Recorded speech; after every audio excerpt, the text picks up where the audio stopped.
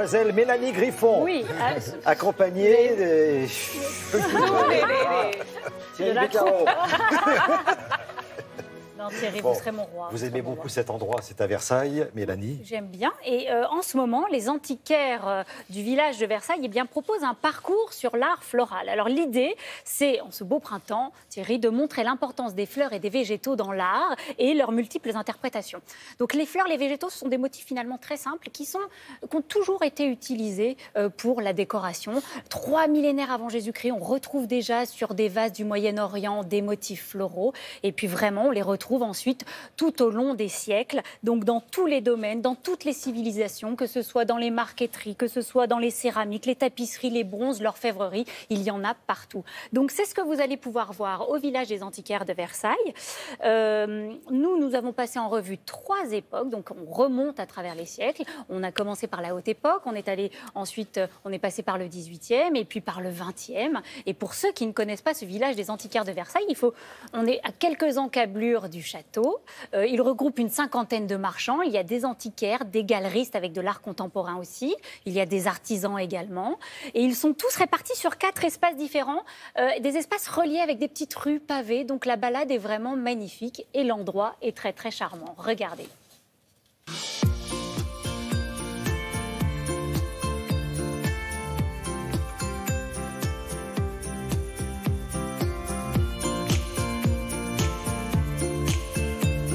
Dans la haute époque, on va trouver l'utilisation du motif floral ou végétal, essentiellement dans l'objet décoratif, très peu dans le mobilier. Pour l'occasion, je présente 2 porte-torchères d'origine italienne qui sont en bois doré et polychrome, dont l'état de conservation est assez exceptionnel. On les trouve essentiellement à l'époque dans les églises, dans les châteaux.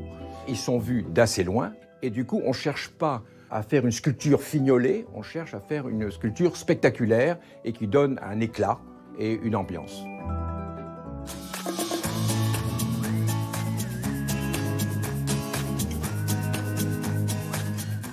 Au XVIIIe siècle, on va voir se multiplier les ornements comme la feuille d'acanthe, notamment sur des consoles d'ameublement. Ensuite, sous la Régence, ces ornements vont devenir un peu plus naturels. Des fleurs, des roses, des bégonias, etc. Ils vont se diffuser dans les arts décoratifs.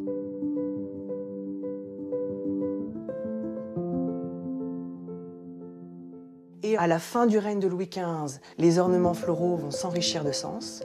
Et donc les roses vont être plutôt utilisées pour des décors féminins.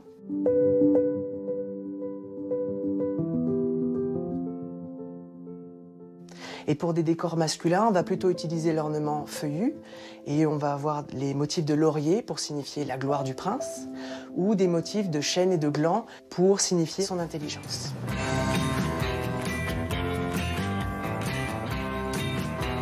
Dans le mobilier, dans les luminaires des années 70, sur le thème de l'art floral, je présente une large sélection de luminaires tels que la fleur de Olivier Mourgue à 2 têtes. Olivier Mourgue était un designer français qui a travaillé pour des très grandes maisons d'édition.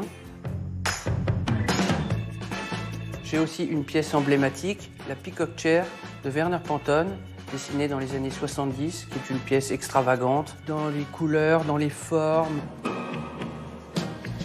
comme par exemple le cactus de Gouffram, qui était une pièce emblématique, qui était complètement folle pour la période, avec cette matière, cette mousse recouverte de peinture au latex.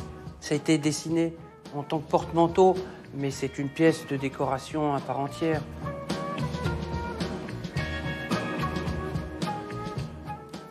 Bon, Mélanie, on va être sympa avec Frédéric Zetoun et Karine Tessandier, qui ont été quand même un peu dissipés. On va pas poser de questions.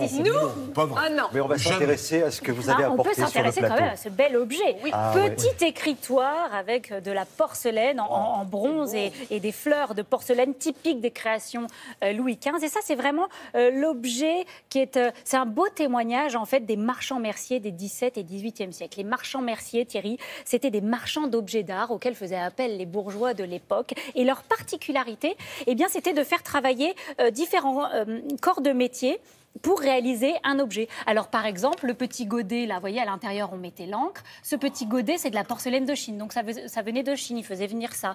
Les petites fleurs, c'est de la porcelaine de Meissen, donc ça venait d'Allemagne. Et puis une fois qu'ils avaient récolté tous leurs petits éléments, ils dessinaient l'objet, ils le portaient au bronzier qui réalisait la structure et ça donnait des beaux objets comme ça. Les marchands merciers, en fait, voilà, ils créaient un petit peu ces objets qui sortaient de l'ordinaire. Ça, c'était à l'époque quelque chose d'extraordinaire. Voilà, c'est le genre d'objet que vous pourrez trouver au village des antiquaires de Versailles, qui est sous le signe de l'art floral jusqu'à la fin juin. Voilà, jusqu'au 25, exactement. Merci beaucoup, Mélanie.